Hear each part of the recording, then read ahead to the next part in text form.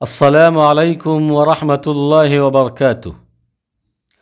الحمد للہ رب العالمین والعاقبۃ للمتقین والصلاة والسلام علی سید الانبیاء والمرسلین وعلی آلہ وصحبہ اجمعین، اما بعد۔ معزز سامعین کرام، بارہا میرے پاس یہ سوال آتا ہے کہ حضرت انٹرسٹ کا پیسہ ہم استعمال کر سکتے ہیں یا نہیں کر سکتے ہیں؟ بینک جو ہمیں انٹرسٹ دیتا ہے اس کا استعمال ہم کیسے کریں؟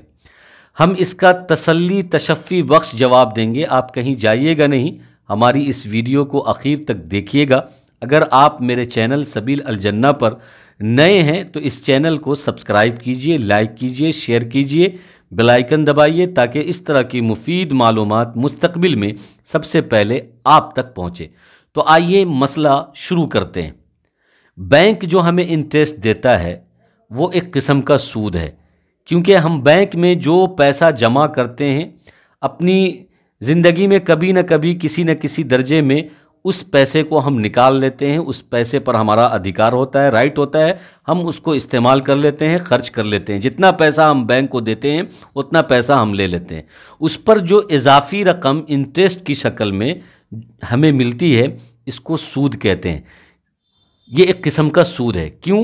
اس لیے کہ سودی کاروبار میں یہی ہوتا ہے کہ جو بھی معاملہ ہو، جب برابر سرابر نہ ہو، اس میں کمی بیشی ہوتی ہے تو وہ سودی کاروبار اور سودی لین دین سمجھا جاتا ہے۔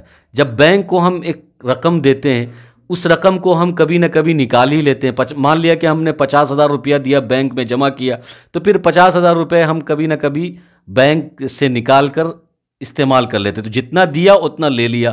اس 50,000 پر جو بینک ہمیں کبھی سالانہ یا 6 مہینے میں یا 3 مہینے میں انٹرسٹ دیتا ہے وہ ایک قسم کا سود ہے، کیونکہ معاملہ لین دین جو ہوا وہ برابر سرابر نہیں ہوا، یہ کم و بیش ہو گیا۔ ہم نے دیا 50,000 روپیہ تو ہم کسی نہ کسی شکل میں کبھی نہ کبھی ہم نے استعمال کر لیا، لیکن ایکسٹرا رقم انٹرسٹ کی شکل میں بینک ہمیں دیتا ہے، یہ ایک قسم کا سود ہے۔ اور سود کے متعلق قرآن و حدیث نے سختی سے منع کیا ہے، لعنت بھیجی ہے۔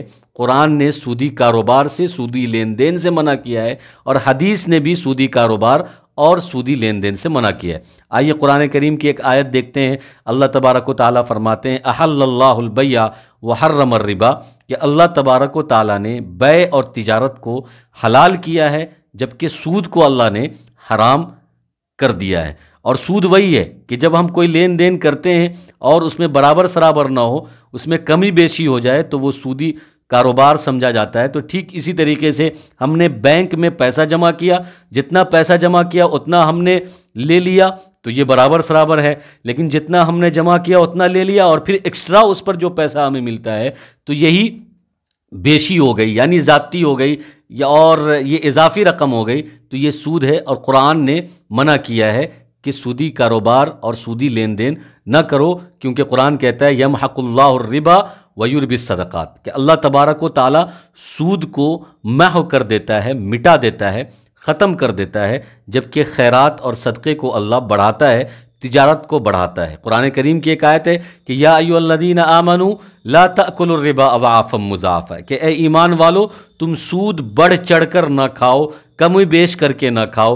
اسی طریقے سے قرآن کریم کے اندر اللہ تبارک و تعالیٰ نے ایک آیت میں یہ بھی ارشاد فرمایا کہ یا ایھا الذین آمنوا اتقوا اللہ وذروا ما بقی من الربا ان کنتم مؤمنین، کہ اے ایمان والو اللہ سے ڈرو اور سود کی طرف توجہ نہ دو، سودی مال کی طرف دھیان نہ دو، اس کو چھوڑ دو۔ بقیہ جو تمہارے لیے مال حلال ہے اس کا استعمال کرو، لیکن سودی مال کی طرف اور سودی کاروبار کی طرف دھیان توجہ نہ دو، اس کی نیت بھی نہ کرو، کیونکہ قرآن کریم کہتا ہے کہ الذین یأکلون الربا لا یقومون الا کما یقوم الذی یتخبطہ الشیطان من المس، کہ جو لوگ سود کھاتے ہیں یا سودی کاروبار کرتے ہیں وہ قیامت کے دن اٹھ نہیں پائیں گے، ایسے ہو جائیں گے جیسے کہ شیطان نے ان کو خبتی بنا دیا ہو اور شیطان نے ان کو مجنوں اور دیوانہ بنا دیا ہو۔ تو سخت سے سخت وعیدیں قرآن کے اندر سود کے متعلق آئی ہوئی ہے۔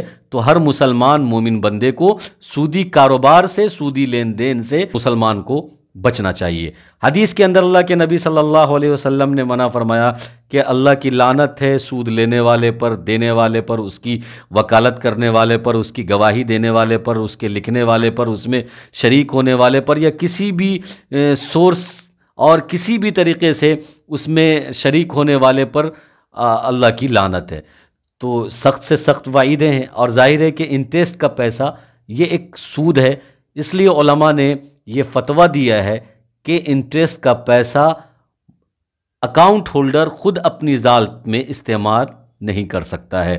جس کا اکاؤنٹ ہے اس پر جو اس کو انٹرسٹ ملتا ہے، اس انٹرسٹ کا پیسہ وہ اکاؤنٹ ہولڈر اپنی ذات پر استعمال نہیں کر سکتا ہے، البتہ اس پیسے کو وہ نکال کر کسی غریب کو بغیر ثواب کی امید کے دے سکتا ہے، کسی غریب مسافر کو دے سکتا ہے، یا عوامی مسافر خانہ بنا سکتا ہے، یا عوامی رفاہی کام، یا عوامی کوئی ایسا کام جس سے عوام کا فائدہ ہو، اس میں پیسہ وہ لگا سکتا ہے، کسی غریب کی شادی کر سکتا ہے، لیکن اس میں ثواب کی امید نہیں کرنا ہے۔ بغیر ثواب کی امید کے کوئی بھی عوامی اور رفاہی کام یا غریب کو دے دے، یہ چل سکتا ہے، کیونکہ آپ اگر انٹرسٹ کا پیسہ بینک میں چھوڑیں گے تو اس سے آپ کا نقصان تو نہیں ہوگا، البتہ بینک والے کو فائدہ ہوگا۔ تو اس سے بہتر یہ ہے کہ اس انٹرسٹ کے پیسے کو آپ نکال کر کسی غریب کا بھلا کر دیں، یا عوام اور رفاہی کام میں اس پیسے کو لگا دیں، تاکہ عوام اس سہولت سے